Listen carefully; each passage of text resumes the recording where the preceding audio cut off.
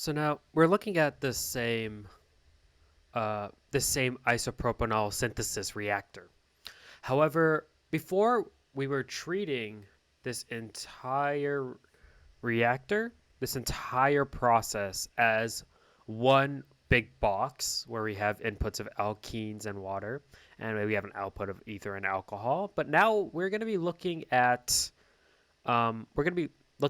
bit further in, and we're going to separate this out into the reactor, the distillation column, and the pair of azeotropic columns. So let's do that. First off, uh, bless me. Uh, let's go ahead. So we start off here, and we have our reactor that we are calling R. Then we have this distillation column that we are going to call D1.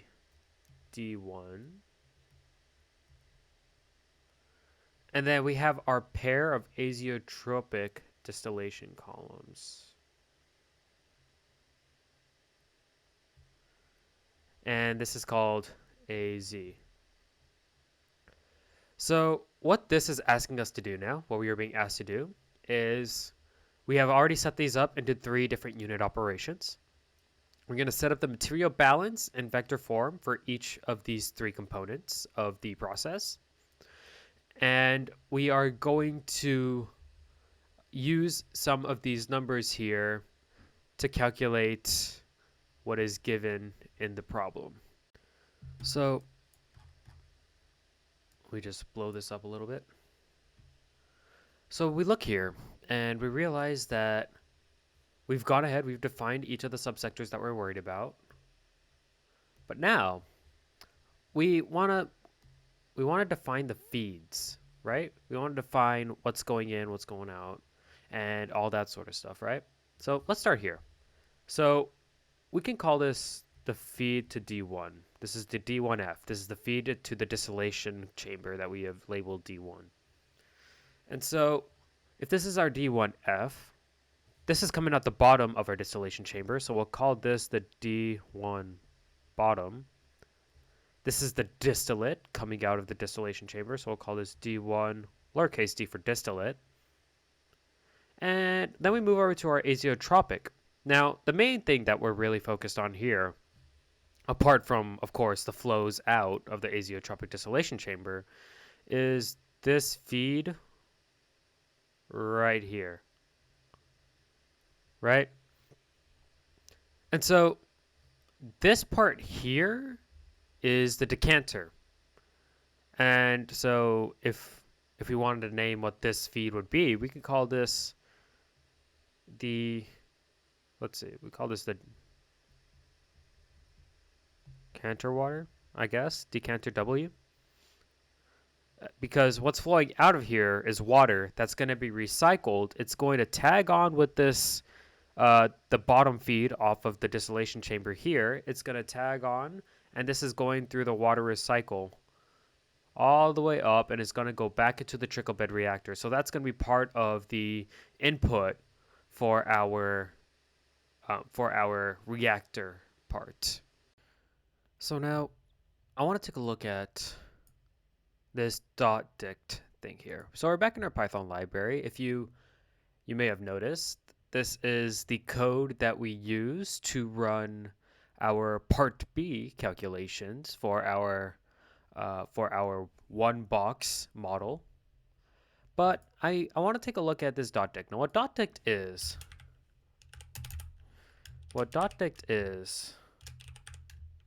it is a dictionary. And with dictionaries, what you can do is you can store values inside of them and have them be accessed anywhere. It is purely something for convenience. So if I made this e.stoichreaction1, now this value is going to be equal to np.array, this one here, and that's going to be stored within this e library. So really quickly, I'm just going to have an e.e.e.e. Just going to have a little bit of fun here. And while I do that, I'll explain why it would be a better idea to do this compared to just having everything in a global scope. It's because we with this one um we were working with a problem with four unknowns, and we knew those unknowns. We knew what those unknowns were. However, it is not very often that we get to see problems where we know the unknowns and we just try and solve for it. Anything here could be an unknown. We have those degrees of freedom available to us. So it makes a lot more sense if we have everything stored in terms of equations and letters rather than straight numbers and having to solve for them. This is why we're using this E dictionary. So I'm going to shift enter here, and we have successfully created this E dot dict. And just let's go stoic reaction 1, just to show you what this looks like. See, this is now calling back the array we have for the stoic reaction 1. So it'll be easier to use this rather than actual arrays and letters, just because we can use names instead. Now, another useful function that we can look at here is this thing called range. And what we could do with this range is we can make guesses, essentially. So let's start with our ether here, right? If we use our range for this, range. So what we do with our range is we are making a guess here. And after our guess, we will name a minimum. So our minimum is 0. The minimum has to be 0. And for our ether, the maximum has to be the alkene flow. Alkene flow divided by 2. And the reason we divide by 2 is because, remember, our ether consists of 2 isopropanols. So that means that since the alcohol is coming from our propylene flow, we cannot use up more than half of the alkenes to create our ether, right? So that's why we use the divide by 2. And for our alcohol, so let's go range. Well, we can make an initial guess. We can make any initial guess. We just go 50. Why not? Low is 0, and let's just say the maximum is the alkene. E dot alkene flow, right? And now for the extent of reaction, we can do the same thing. So our reaction 1 is the creation of our isopropanol. So let's go range. So let's say the max we can do here is the alkene flow divided by 2. Alkene flow divided by 2. Crap, forget our E dot. Our alkene flow divided by 2. Our low gas, again, it's going to be 0. And then let's say our max is our alkene, our total alkene. E dot. And since the reaction 2, remember, is the creation of our diisopropyl ether, we can provide the same logic for why we would go E dot. I'm gonna move my microphone, can't see my keyboard. Our E dot alkene flow divided by 4 this time, because we look up over here, we're dividing this by 2, and we know that, again, we're using 2 propylene structures to create 1 ether structure. So we're gonna go ahead and we're gonna divide down that 0, and same reasoning for why we're gonna go E dot alkene F divided by 2. So that should do it in terms of defining our new unknowns. Our unknowns are going to fall within this range. Now, we have this function. We've defined our EQS, and this is what we use to find our roots using the root function. However, now that we are using a dictionary that is already defined, we can rewrite this as such. Now, instead of taking in a vector, we're going to take in a dictionary. We're just going to name that D. You could have named that E if you wanted to, but just to make the distinction, I named that D. And we're going to make sure we are referencing our dictionary for each of these. by using our d dot.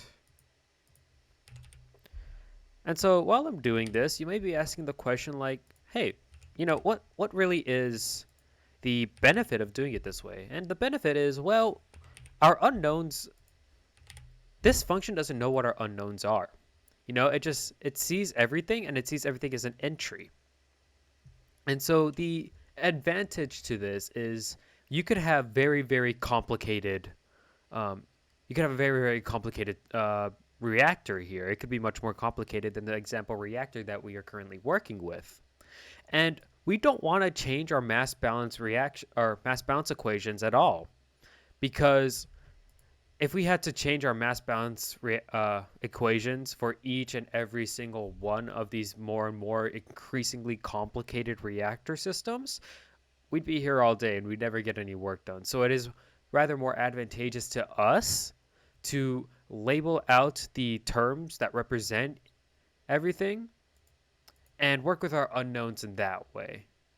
So that's what we are doing when we rewrite our equations function over here.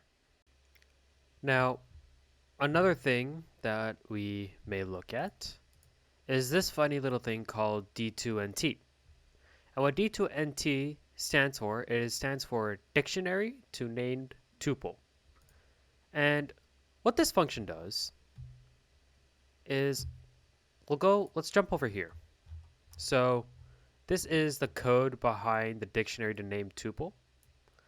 And there's a whole lot of complicated mumbo jumbo, but what we're really interested in is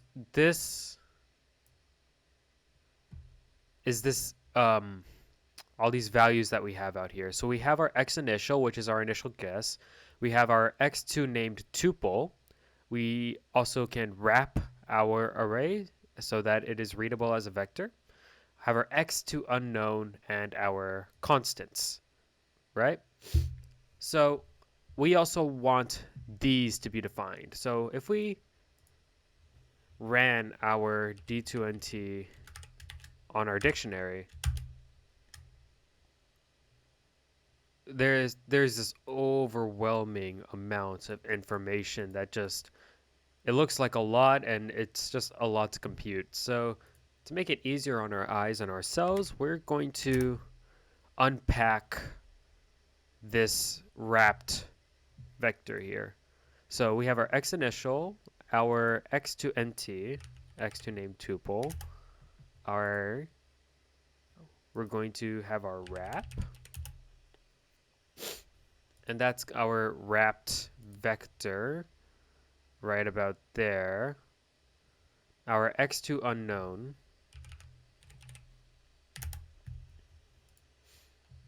and our constants.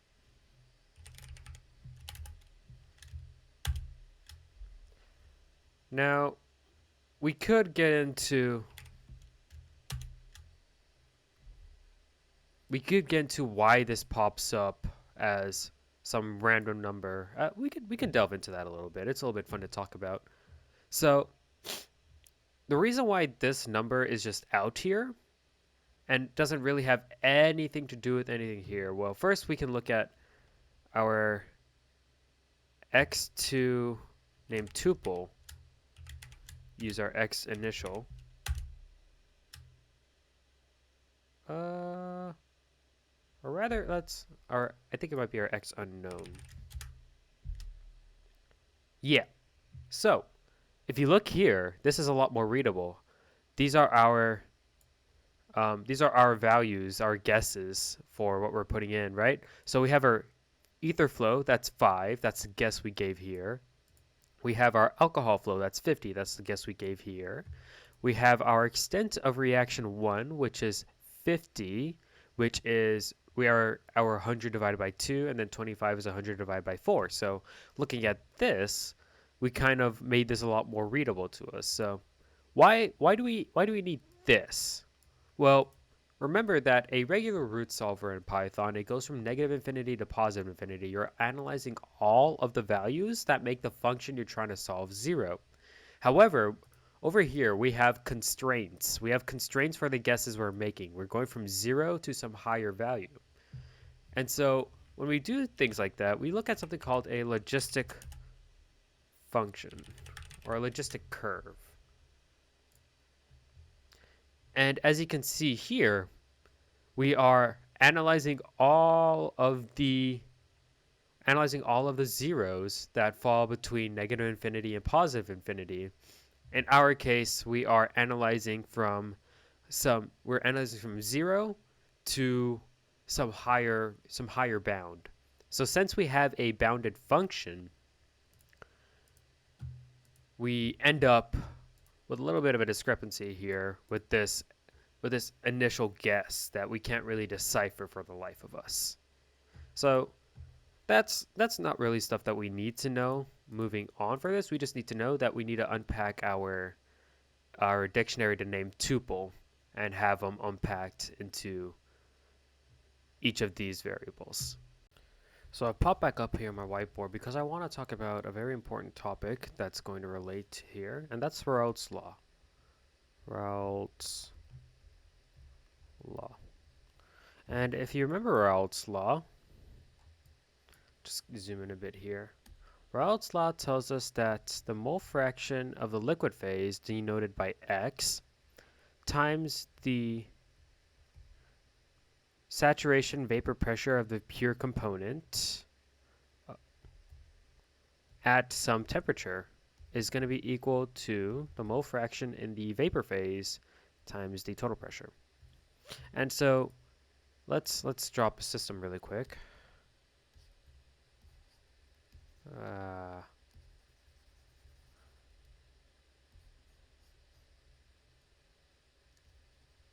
Trying to get my, come on.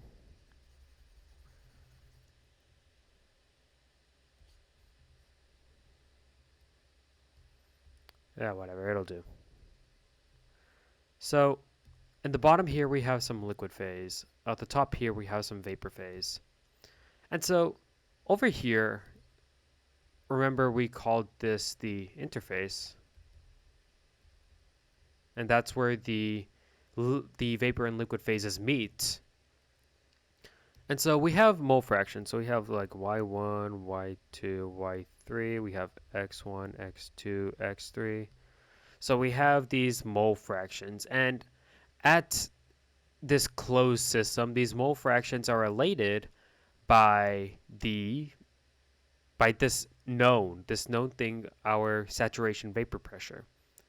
And so if we were to move over here and just, let's say, how do we want to do this?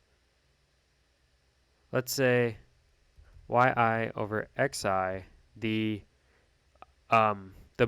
ratio of the mole fractions, that's going to be equal to, looks like the P saturation vapor pressure over P. And so when we have this ratio, this is referred to as a constant Ki. And so Raoult's law takes place in our reactor chamber because if you look at these big old, I guess, chambers, it's essentially just a bunch of these stacked on top of each other, where you're going to have a vapor phase, you'll have a liquid phase, and they flow within each other. So it's a bunch of these stacked multi-phase chambers that show up in our distillation columns. And so we can mess around with that to give us some more equations to work with. So with our newfound knowledge, we can go ahead and say something like this. So we are going to have some, go down a bit, some D1 K values. And we're going to have a value for each of the components that we're dealing with. And so essentially, what we're looking at here, so looking back here, we have the mole fraction in the vapor phase, right? So our vapor phase is our distillate, so the D1 distillate times the the mole fraction in the vapor phase, over, and our liquid phase is our bottom here. That's our water output. So it's going to be our d1b times x. And so this is going to give us our K values uh, for each mole fraction for each component that's flowing into here. So this is kind of laying the groundwork for what we're going to be basing all of our calculations upon. Now, we can look up here, and if we read very carefully, we are actually given the values that we want to use for our K values. So let's go ahead and incorporate that into this.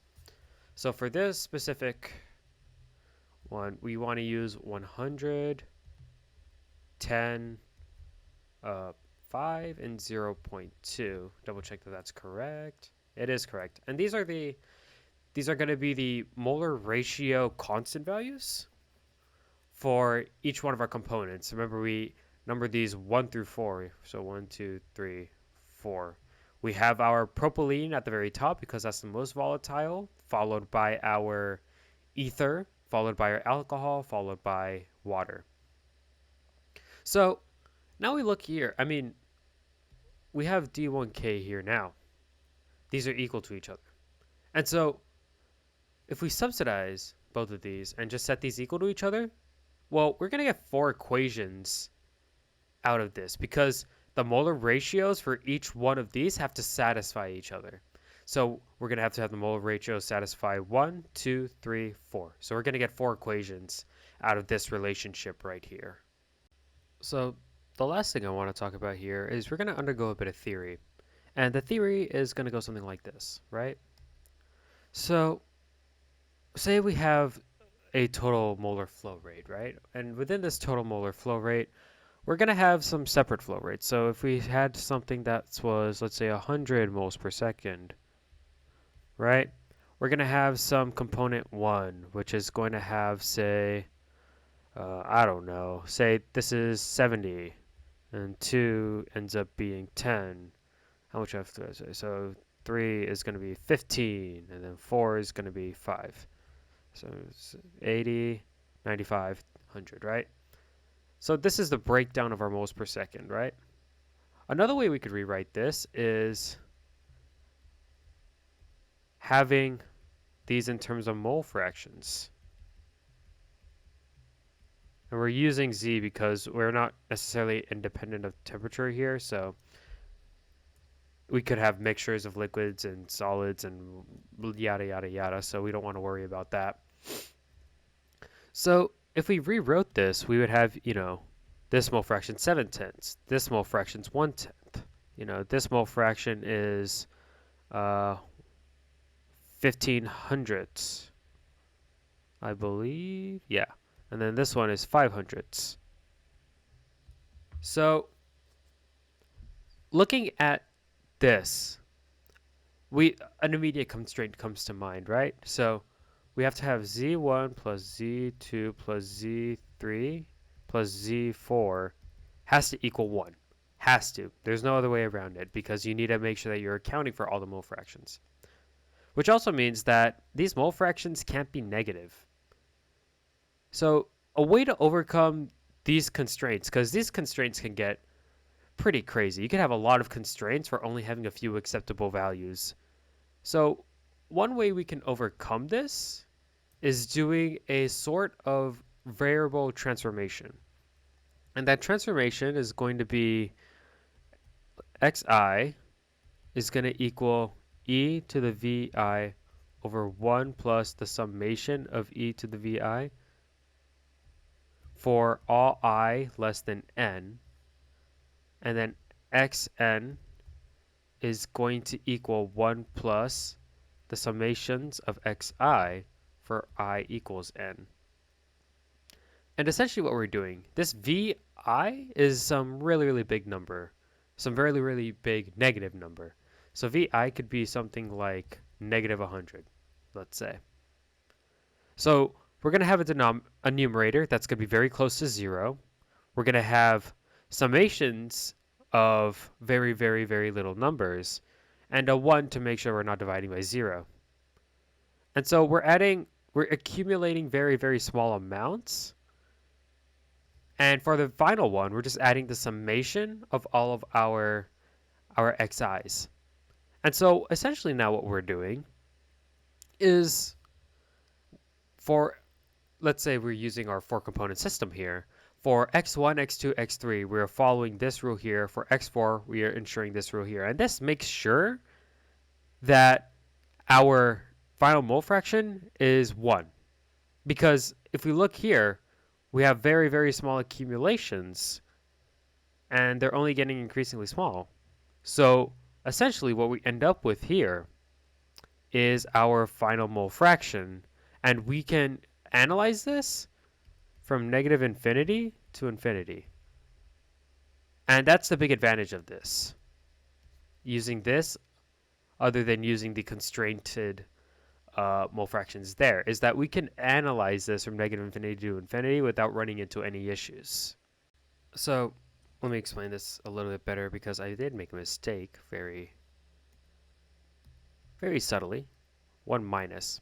And let me just expand on something a little bit here. So there are two big things that we need to satisfy in order to make sure that we are making some reasonable guesses. Number one is that the sum of our mole the sum of our mole fractions has to equal 1. So that's the first constraint. And the second mole fraction, or the second constraint for our mole fractions, is that our mole fraction has to be 0 and 1. Between 0 and 1. Because remember, if we have multiple components, it can't be 0 and it can't be 1. So the way we overcome this by using our variable transformation, well, let's look at what the sum of xi is. So if we look at the sum of xi, well, our denominator is staying the same. So essentially what we have is the sum of e to the vi over 1 plus sum of e to the vi. And this ensures that each subsequent mole fraction is going to be less than 0, because the denominator is always going to be greater than the numerator. You're always going to have a decimal value that is not equal to 0, not equal to 1. And so in order to find that last one, that last mole fraction, you're just subtracting the summation of all the other mole fractions of all the other components. And so that gives us that last mole fraction. So the beauty of this is we could have four of these mole fractions. However, when looking at V, we only have to deal with 3 of them. We only have 3 unknowns, and all those unknowns are unconstrained. We go from negative infinity to positive infinity, and that's really just the beauty of this entire thing. It's a non-constrained way of getting our mole fractions while also meeting the requirements, meeting the restraints for the mole fractions themselves. So that's why we'd be more inclined towards using this variable transformation as opposed to just calculating out the mole fractions. So at this point, we have enough information to start working on our second, what am I trying to say? Our second set of material balances. So first, let's focus on the reactor. So we're going to go reactor feed. And it's going to be the same as this, because remember, it does follow the same principle. However, if we look back at our reactor, there are 2 new things we are worried about, and that is the decanter water and the bottom from the distillation column going through up into the water recycle, and back in through our shower head. And so those are gonna also be factored into our function. Now, this isn't defined yet, and that's okay because it doesn't necessarily have to be. We could just write this down and then we'll change it as we go. So we're going to get d1.d1b times d.d1b and its composition. And we're going to have the same thing for the decanter. Let me just shove my computer or my keyboard over. We're going to have the same thing for the decanter. So d.decanter w times d.decanter w composition. And that gives us our reactor feed. Now the reactions are going to be the exact same. Nothing about that's changing. So we could just put that in. And remember from our reactor, I'll go back here. With our reactor, our output from our reactor is this D1F, the feed to our distillation chamber. So we'll just define that as our, let's say, reactor product is going to be equal to D1F times, or D.D1F times D.D1F composition. And those are the material balances for the reactor portion. I lied. One more thing we might want to add is a reactor balance. And I'm going to put this in all caps, just so my attention is drawn to it. And the reactor balance is essentially going to perform the same function as the return function from our first set of equations. And that purpose is the fact that when we run this function, we want the reactor balance to be equal to 0, which is synonymous to a 0 accumulation within our system. So we're going to go reactor feed plus reactions. And remember, we can do plus reactions because we have already taken care of the consumption of material in the original stoichiometric coefficients arrays that we created at the beginning. If you forgot what I'm talking about, it is these here. You see how we have negative numbers for consumption and positive numbers for creation of product. So we could just add the reactions, and then we want to minus the reactor products. And again, this should be 0 if everything is done right. So now we're ready to move on. So next, we can focus on our distillation column. Now when we look into this, we have our input, and our input is this distillate feed, or our feed into the distillation column to be more accurate. And what's coming out is whatever's coming out from the bottom of the distillation column, and the distillate coming out from the top of the distillation column. So if we were to do an overall mass balance for this, so let's go D1 balance,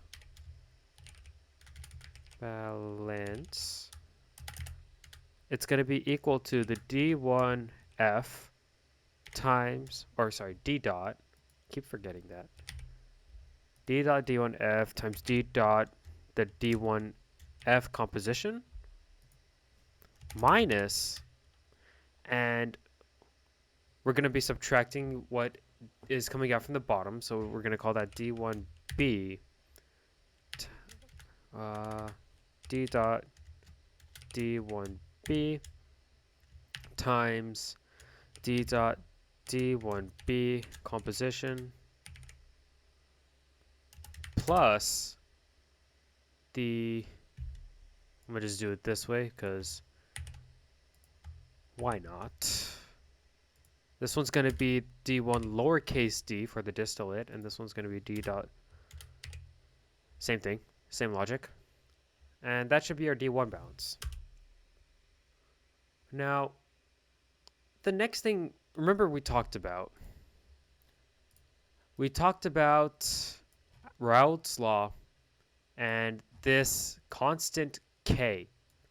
And we came to the realization that this constant K is equal to the relationship of the distillate times its mole fraction over the bottom times its mole fraction. So if we had this minus that, we should get 0. So that's another way to check our work. So we'll call this D1 VLE. And VLE stands for vapor liquid equilibrium. So D dot D1, let's go little distillate, times its composition, D dot D1 D D1 D composition, divided by D dot D1 D1B times its composition, D dot D1B composition. And then we're going to subtract D1K. And again, this is one of those check cases that should be 0 if run correctly. So now that takes care of our distillation column. I read this one wrong a little bit, so actually we just are focused on the mole fraction, so we don't need to multiply it by the we just needed the mole fractions is basically what I'm trying to say, so we didn't need that other part being multiplied there. So the last part of this entire thing is now we focus on the azeotropic balance. If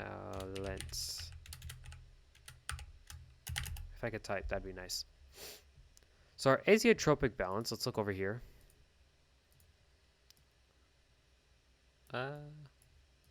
There. So our input is the distillate from the distillation column. And what's coming out is our decanter water, our ether flow, and our alcohol flow. So again, we rinse and repeat. Let's see. This is our distillate. And we're going to minus our decanter plus the, I guess I named that ether F, and yeah, here we go. Control C, Control V. And this should give us the azeotropic balance, because this takes care of our distillate. That's our moles of distillate. Here are our moles of the decanter. Here are our moles of ether. And here are our moles of our alcohol. So what we have here now is a full mass balance of our system in 3 parts. So let's look back at the original problem really quickly, because there's one more thing that we haven't talked about yet, and that is this part here.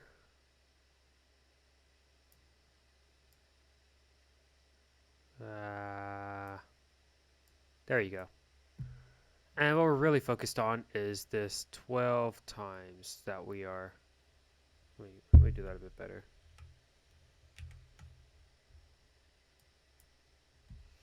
12 times. So first things first, let's put that in with the rest of our stuff, and we're going to call this E dot warfer. And no, I didn't just write a bunch of gibberish on the screen. What this is going to stand for is the water alkene ratio flow rate.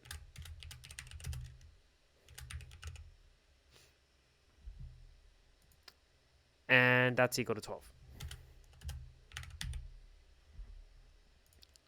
So why is this introduced? Well, if we look at, oh, come on. If we look at our process here. We have this water shower, and we also have the bottom of this distillation chamber and the bottom of this decanter factoring into our total water flow.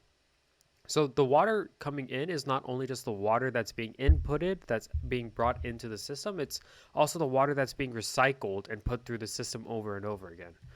So that's why we worry about that. So now that we have that, we can go down here and we can define something like a Warfer constraint.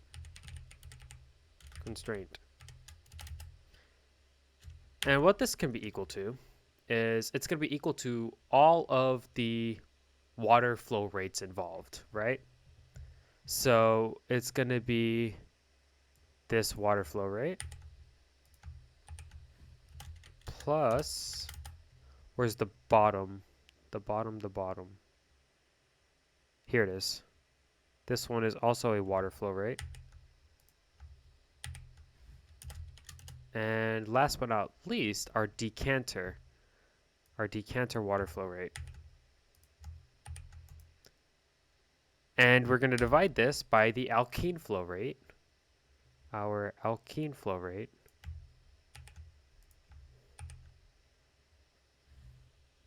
And minus our Warfer constant. So d dot Warfer, which is 12, but you know, for the sake of keeping everything in names and not numbers, we're going to use that. So now we can go ahead and return.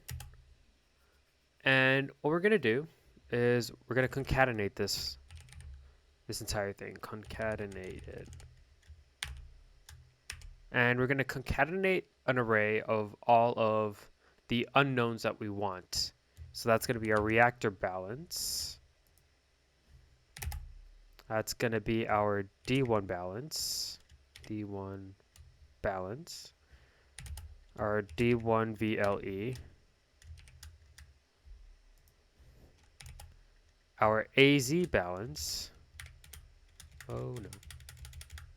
Our AZ balance. And now, so far, we have 16 unknowns, therefore warranting 16 equations.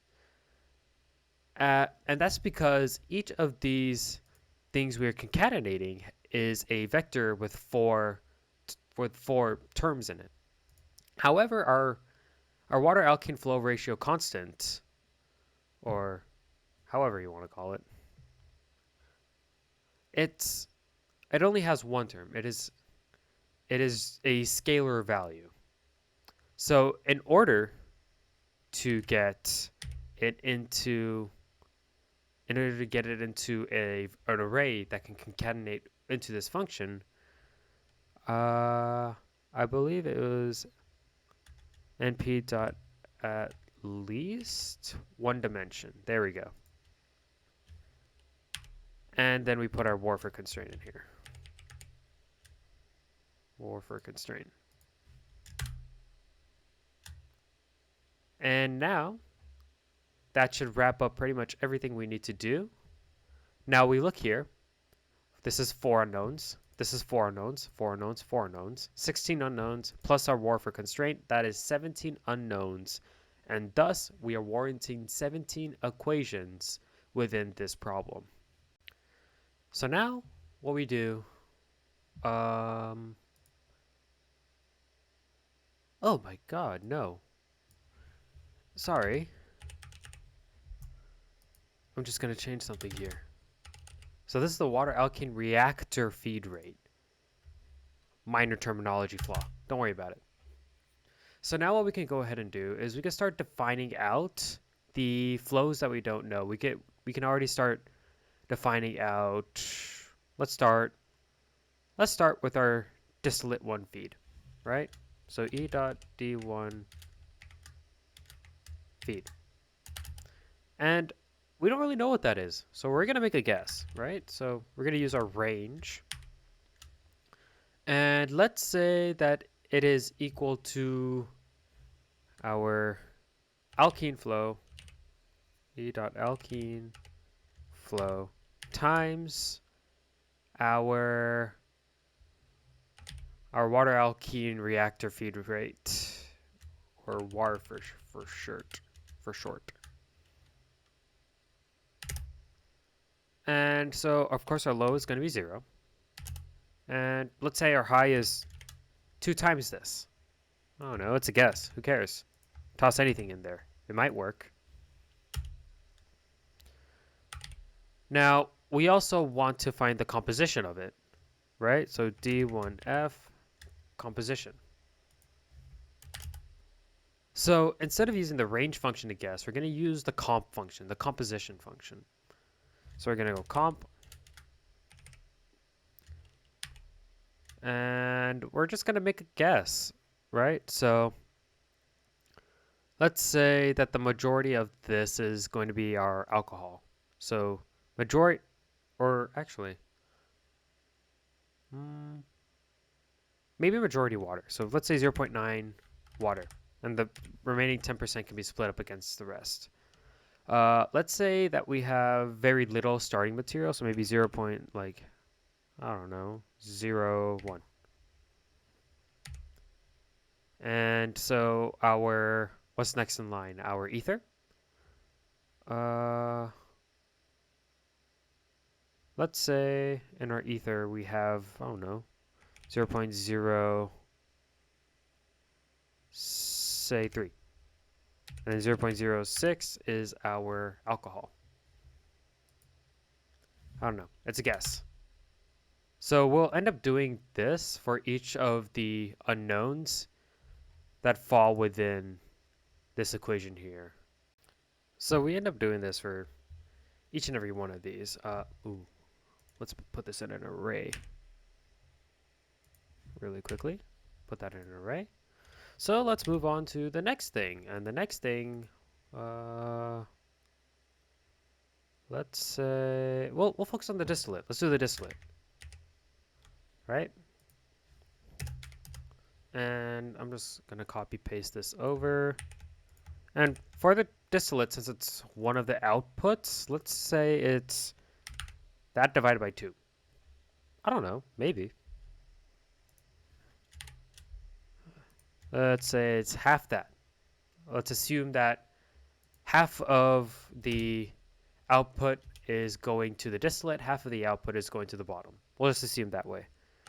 So E dot D1 composition now is going to equal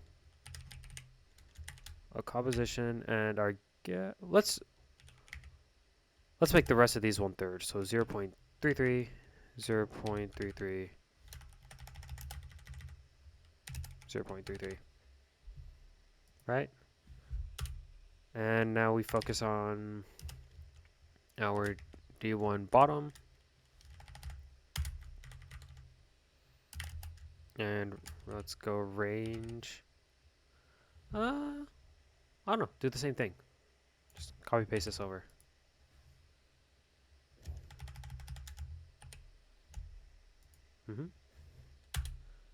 And for this one, let me take a look at something.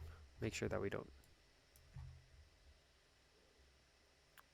The AZ decanter has some certain values that we have to follow.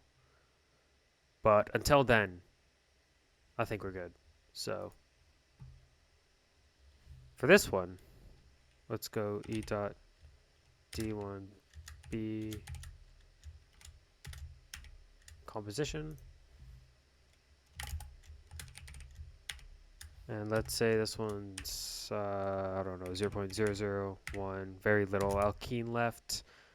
How much ether do we want in here? I don't know, 0.18, maybe. What's that bring us to? Let's say a good amount of this is, let's say the good amount of this is water, so 0.018 ether. And then how much alcohol should we want to have in here?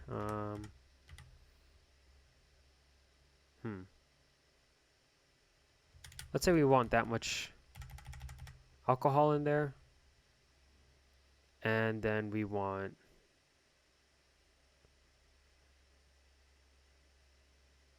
I don't know, making guesses is hard, I guess. Does that add up to 1? So that's 0.002, so that goes to 0.02. Yeah, that adds to 1. You know what? I'm fine with that. We could try that. And last but not least, we have to get our decanter.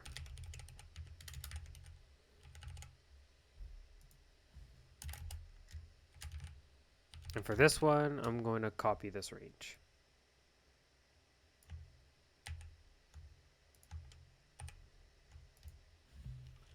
And we have certain specifications for our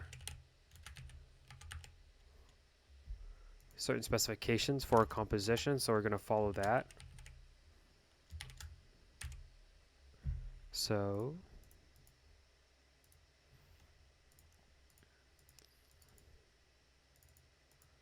it looks like we have 0.0001 alkene.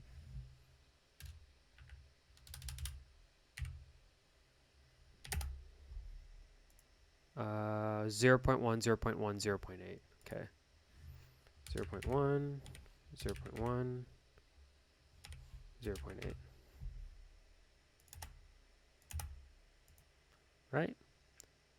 So now that we've made our guesses, we can move on. I only rounded out a couple of these just to make sure that all of this is equal to 1. Before it wasn't necessarily equal to 1, so I just changed that up a little bit off camera. And now the last thing we need to add, very, very close, is our D1K. And we can't add more knowns here. We already have 17. We cannot exceed 17. So we're going to go np.array. And we'll just do what we are told, which is 100, 10, 5, and 0.2. Double check, make sure that's right. 100, 10, 5.2, cool. And now we are ready to put this into our root function and round out this homework. So now we're down here, and what we want to end up doing is, first things first, we'll go ahead, we'll use our wrap function. We're going to wrap our EQS2, right? And that's going to give us a nice tight little function that we can use in our root. So we're going to name this wrapped EQS2, because quite literally that's what it is. And then we'll put this into our root function. So we're going to use wrapped EQS2 with an initial guess of x0, and whoop-de-da-doo. Uh-oh, the iteration's not making good progress. So that's a good sign. That tells us that we need to go back, we need to fix a couple things to make sure that this executes the way we want it to. So let's go ahead and we'll fix that next. So I want to take a look up here. Now, the last thing that we haven't used so far is this JAX. So what JAX is, it is a version of NumPy, or rather it is a library that has a NumPy substrate. And it is very similar to NumPy in its own right. However, we can do something interesting with NumPy, or JAX NumPy. And that is getting a Jacobian matrix. Now, we talked before, we have 17 unknowns from 17 equations. And so the Jacobian, what it is, it creates a matrix by taking the derivative of one equation with respect to all of the other different unknowns. So it takes those partial derivatives. So you have 17 squared terms in your matrix, 289. It's 17 by 17, and you have 289 terms filling it. So what we could do here is we're going to get our Jacobian, and it's going to equal Jacobian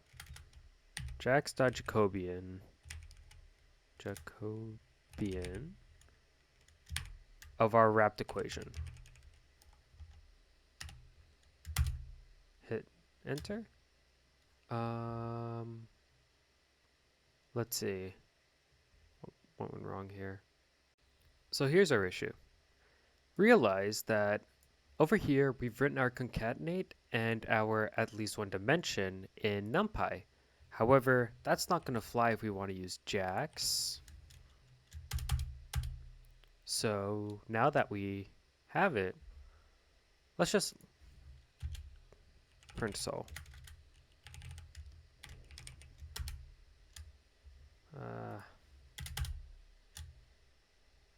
And so there we go. So our solution converged. And I want to take a look at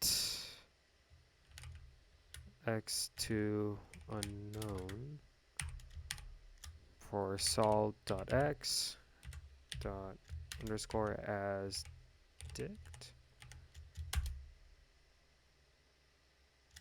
We're just missing these parentheses here. But there we go.